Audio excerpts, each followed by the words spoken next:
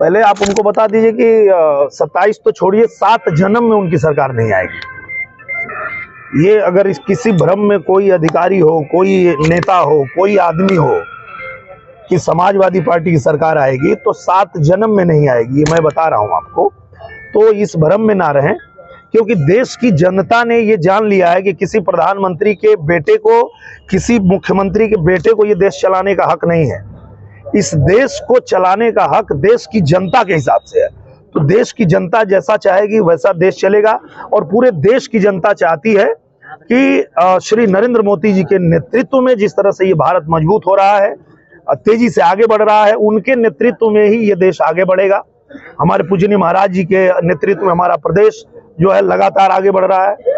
तो वो जो लोग सपना देख रहे हैं उनको सपना देखने दीजिए। आप लोग एकदम निश्चिंत होकर के हमारे पूजनीय महाराज जी पे भरोसा रखिए, हमारे पूजनीय प्रधानमंत्री जी पे भरोसा रखिए।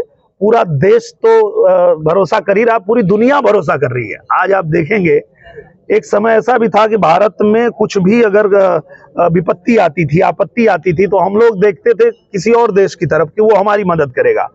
पर प्रधानमंत्री जी के नेतृत्व में हमारा देश इतना मजबूत हुआ है कि दुनिया में कोई अगर दिक्कत आती है तो वो भारत की तरफ देखता है कि भारत हमारी मदद करेगा।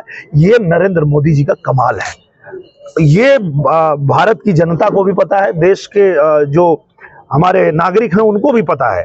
तो इसलिए अब ये देश नरेंद्र मोदी जी के नेतृत्व में अच्छा कर रहा है, तेजी से आगे बढ़ रहा है। तो ऐसे ही हम लोग मेहनत करेंगे, प्रयास करेंगे कि प्रधानमंत्री जी के नेतृत्व में देश ऐसे ही आगे बढ़ता रहे। मुझे लगता है कि उनके पार्टी की जो तुष्टीकरण वाली राजनीति है, वो उससे पूरा देश जानता है, पूरा देश को पता है कि वो कैसी राजनीति करने वाले लोग हैं।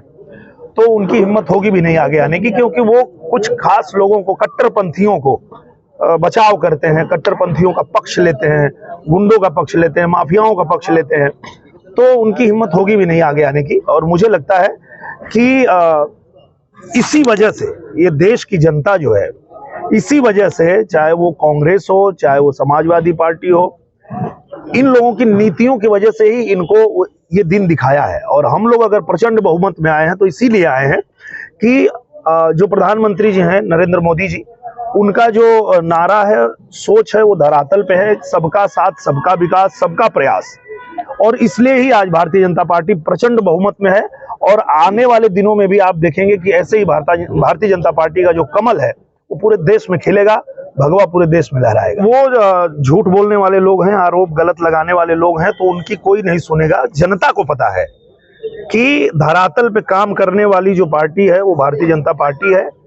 अपने वादों पे खरे उतरने वाले जो प्रधानमंत्री हैं वो श्री नरेंद्र मोदी जी हैं। अगर गरीब के कल्याण के लिए एकदम जो अति पिछड़ा है, जो एकदम से वंचित है, उसके घर तक सुविधाएं पहुंचाने वाले प्रधानमंत्री नरेंद्र मोदी जी हैं। जिसकी सुधि कोई नहीं लेता था उसकी भी सुधि लेने वाले प्रधानमंत्री जी हैं। संविधान के प्रावधान के हिसाब से बहुत पहले आदिवासी समाज को ये हक मिला था कि राष्ट्रपति के पद पे उनके समाज से लोगों को बैठाया जाए। वो कभी नहीं हुआ, वो अब हुआ जब श्री नरेंद्र मोदी जी का नेतृत्व आया। तो सबको पता है कि इस देश का, इस देश के नागरिक का, सभी सर्व समाज का भला सोचने वाला व्यक्ति कौन है, वो है नरेंद्र मोदी। तो ये पूरा देश नरेंद्र मोदी जी के साथ है, हम सब नरेंद्र मोदी जी के साथ हैं, और देश की जनता का आशीर्वाद हमारे साथ है। और ये तो आप लोगों ने आजमगढ़ में भी देख लिया, जहां लोगों का गढ़ हुआ करता था, उस गढ़ को भी तोड़ के और यहाँ पे कमल खिलाने का काम जनता ने किया है। वैसे ही आप देखेंगे आने वाले समय में कि इनका कोई गढ़ नहीं बचेगा, हर जगह कमल खिलेगा, पूरे भारत में भगवा लहराएगा।